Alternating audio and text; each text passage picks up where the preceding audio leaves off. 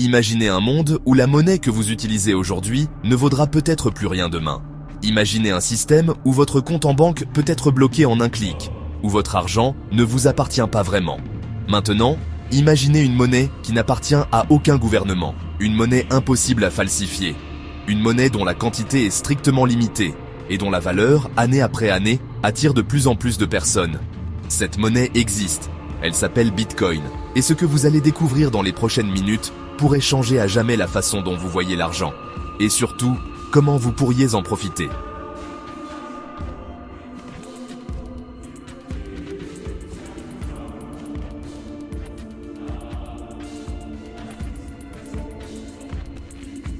Avant de comprendre le pouvoir du Bitcoin, il faut revenir en arrière. L'or a été pendant des millénaires la base de nos échanges. Rare, précieux, durable, mais difficile à transporter, à diviser et surtout, contrôlé par ceux qui en avaient le monopole. Puis est arrivé le papier-monnaie, plus pratique, mais basé sur la confiance envers les banques et les gouvernements. Et aujourd'hui, cette confiance est fragilisée. Inflation, crise financière, dette colossale. Ce que nous appelons argent, aujourd'hui, n'est en réalité qu'un chiffre sur un écran, créé par une banque centrale, de la dette, plutôt qu'une véritable valeur. C'est dans ce contexte qu'est né le Bitcoin, en 2009. Une réponse directe à la crise financière de 2008. Soft. Derrière le Bitcoin, il n'y a pas de PDG, pas d'actionnaire. Il y a une idée, créer une monnaie indépendante, limitée à 21 millions d'unités, protégée par la technologie la plus sûre jamais inventée, la blockchain. Depuis sa création, le Bitcoin a été déclaré mort plus de 400 fois par les médias traditionnels. Et pourtant, chaque cycle, il est revenu plus fort. De quelques centimes en 2010 à plusieurs dizaines de milliers de dollars aujourd'hui. La question que beaucoup se posent encore, est-ce trop tard? Ou au contraire, est-ce que l'histoire ne fait que commencer? Avant de comprendre le pouvoir du Bitcoin, il faut revenir en arrière. L'or a été pendant des millénaires la base de nos échanges. Rare, précieux, durable, mais difficile à transporter, à diviser et surtout, contrôlé par ceux qui en avaient le monopole. Puis est arrivé le papier-monnaie, plus pratique, mais basé sur la confiance envers les banques et les gouvernements. Et aujourd'hui, cette confiance est fragilisée. Inflation, crise financière, dette colossale. Ce que nous appelons argent aujourd'hui n'est en réalité qu'un chiffre sur un écran, créé par une banque centrale. De la dette, plutôt qu'une véritable valeur. C'est dans ce contexte qu'est né le Bitcoin, en 2009. Une réponse directe à la crise financière de 2008. Une idée née du besoin de confiance sans intermédiaire. Une monnaie distribuée, maintenue par des participants du monde entier. Des mineurs qui sécurisent le réseau, validant chaque transaction. Pas de PDG, pas d'actionnaire, pas de compte central à bloquer. Juste une architecture open source, transparente et publique. De la valeur stockée à l'échelle et de la confiance redéfinie.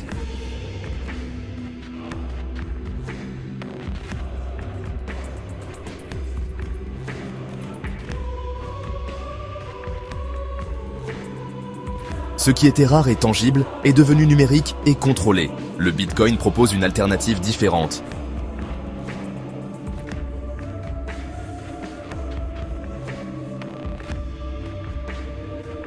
De quelques centimes en 2010 à plusieurs dizaines de milliers de dollars aujourd'hui. La question que beaucoup se posent encore, est-ce trop tard? Ou au contraire, est-ce que l'histoire ne fait que commencer?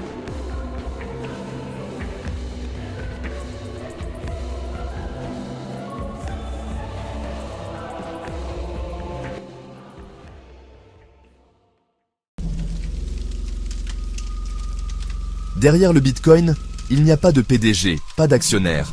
Il y a une idée, créer une monnaie indépendante, limitée à 21 millions d'unités. Protégée par la technologie la plus sûre jamais inventée, la blockchain. Depuis sa création, le Bitcoin a été déclaré mort plus de 400 fois par les médias traditionnels. Et pourtant, chaque cycle, il est revenu plus fort. De quelques centimes en 2010 à plusieurs dizaines de milliers de dollars aujourd'hui. Et la question que beaucoup se posent encore, est-ce trop tard? Ou au contraire, est-ce que l'histoire ne fait que commencer? Les plus grands investisseurs du monde s'y intéressent. Des entreprises comme Tesla ou MicroStrategy en ont acheté pour des milliards. Des pays comme le Salvador en ont fait une monnaie légale. Des institutions financières, autrefois critiques, créent aujourd'hui des fonds d'investissement Bitcoin. Pourquoi? Parce que le Bitcoin est rare. Contrairement à l'euro ou au dollar, qui peuvent être imprimés à l'infini, il y aura toujours seulement 21 millions de Bitcoin. C'est la loi de l'offre et de la demande. Plus les gens voudront en acheter, plus le prix grimpera, inexorablement. Les grandes institutions accumulent en silence. Ils ne vous le diront pas ouvertement, mais ils achètent. Tous les 4 ans, un événement appelé le halving réduit de moitié la création de nouveaux bitcoins. Résultat, l'offre baisse, la demande reste, et le prix explose. C'est arrivé en 2012, en 2016, en 2020. Et à chaque fois, le bitcoin a connu une montée vertigineuse quelques mois plus tard. Le prochain halving est imminent. La question est simple. Serez-vous spectateur ou acteur de ce cycle historique ?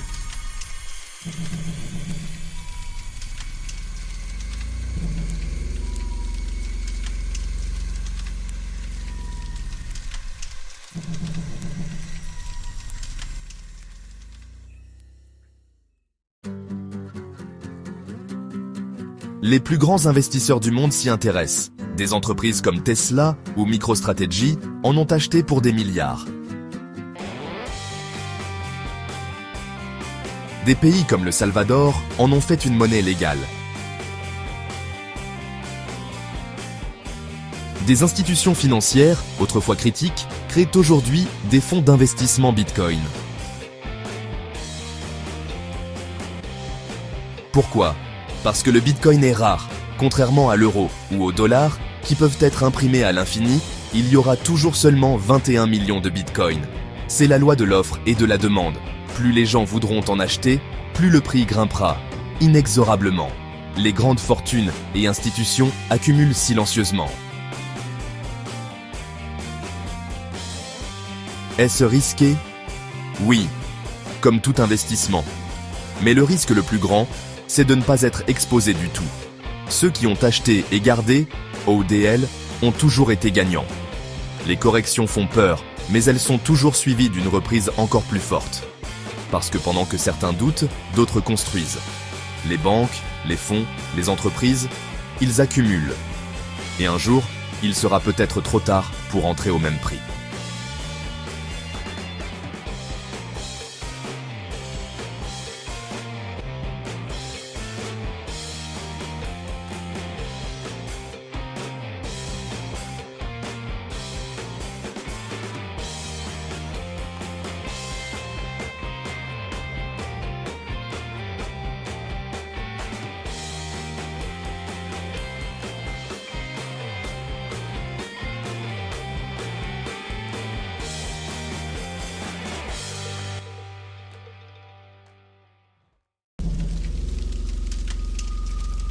Tous les 4 ans, un événement appelé le halving réduit de moitié la création de nouveaux bitcoins. Résultat, l'offre baisse, la demande reste et le prix explose.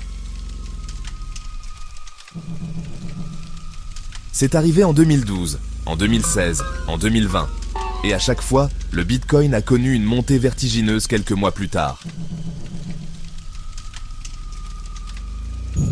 Quand l'offre diminue, la pression sur le prix augmente, si la demande reste stable ou croît. Le prochain halving est imminent. La communauté en parle, les marchés s'ajustent.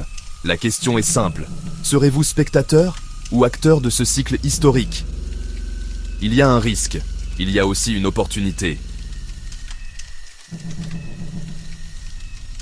La stratégie n'est pas de chronométrer parfaitement le marché, mais d'avoir une conviction à moyen terme. Le réseau continue d'évoluer, l'écosystème se renforce. Sécurité et accessibilité progressent chaque année. La vraie question que vous devez vous poser, voulez-vous rester spectateur ?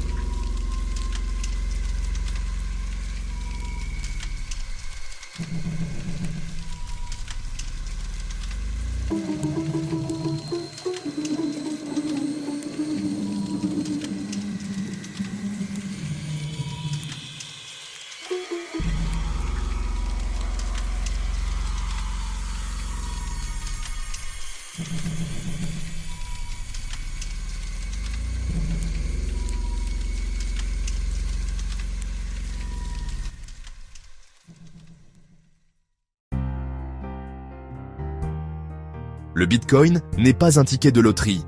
Ce n'est pas du trading casino. C'est un actif rare, technologique et mondial, qui suit une logique à long terme.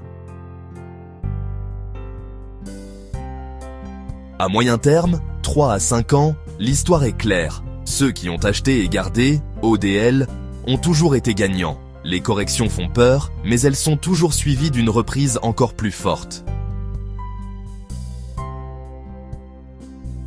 Est-ce risqué? Oui.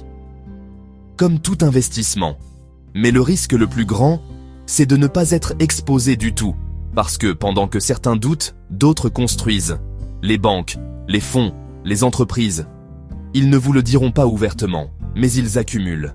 Est-ce un ticket pour la spéculation instantanée? Non. La stratégie recommandée, une exposition régulière et progressive. Vous n'avez pas besoin d'acheter un Bitcoin entier. Vous pouvez commencer petit. Ce qui compte, c'est d'être dans le train avant qu'il ne reparte à pleine vitesse. Sécurisez vos clés. Utilisez du stockage à froid pour les montants significatifs. Ne partagez jamais votre phrase secrète. Traitez le Bitcoin comme une partie de votre allocation globale. Une exposition prudente sur 3 à 5 ans peut être lucrative. Ignorez le bruit, focalisez-vous sur la stratégie. Éduquez-vous, comprenez la technologie, rejoignez des communautés sérieuses. Des anciens investisseurs qui ont persisté ont récolté les fruits de la patience. Des entreprises qui ont réalloué une partie de leur trésorerie ont protégé leur bilan.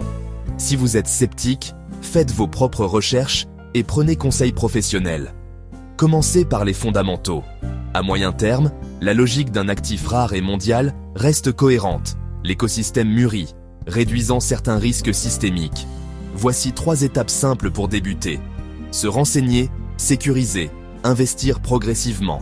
Le temps et la discipline sont vos alliés. Le monde change. Vous pouvez accompagner ce changement.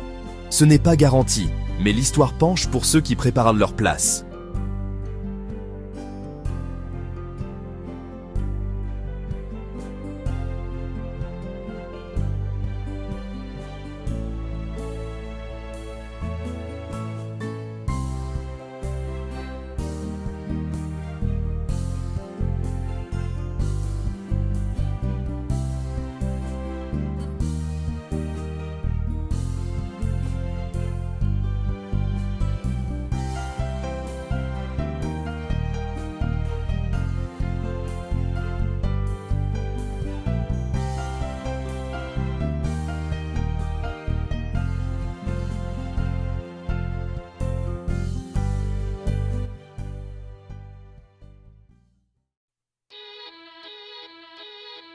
Le Bitcoin n'est pas juste une monnaie numérique, c'est une révolution silencieuse, un système financier parallèle qui grandit, année après année. La question n'est pas « est-ce que le Bitcoin va monter ?» La vraie question c'est « combien de temps allez-vous attendre avant de sécuriser votre part ?» Vous n'avez pas besoin d'acheter un Bitcoin entier. Vous pouvez commencer petit. Ce qui compte, c'est d'être dans le train avant qu'il ne reparte à pleine vitesse. Alors, allez-vous rester spectateur ou allez-vous saisir l'opportunité de votre génération? Le choix est entre vos mains. 1. Renseignez-vous. 2. Sécurisez vos clés. 3. Investissez progressivement. Pendant que certains doutent, d'autres accumulent. L'histoire se joue maintenant.